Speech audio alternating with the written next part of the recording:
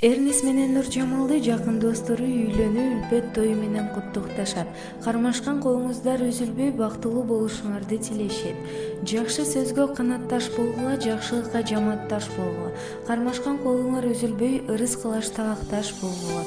Өмүрүңөр узун, ден соолугуңар чын, дасторконуңар жайыл болгула. Укум тукумуңар көбөйүп, өзүнчө бир чоң айыл болгула.